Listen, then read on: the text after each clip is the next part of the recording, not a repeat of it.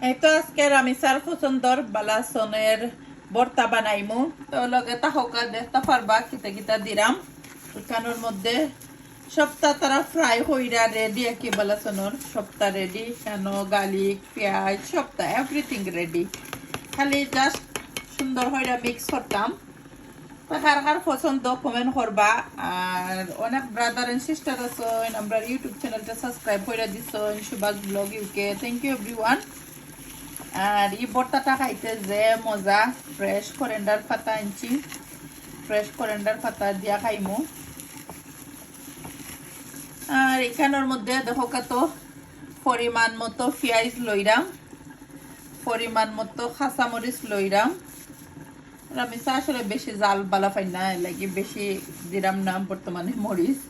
পরিমাণ হইরা দিরাম আমার পুরি বেশি জাল বেশি পছন্দ নাই সুন্দর হইরা মিক্স করলাম আর ফ্রেশ করেন্ডার পাতা দিয়া বালা টিনে মিক্স করে দিব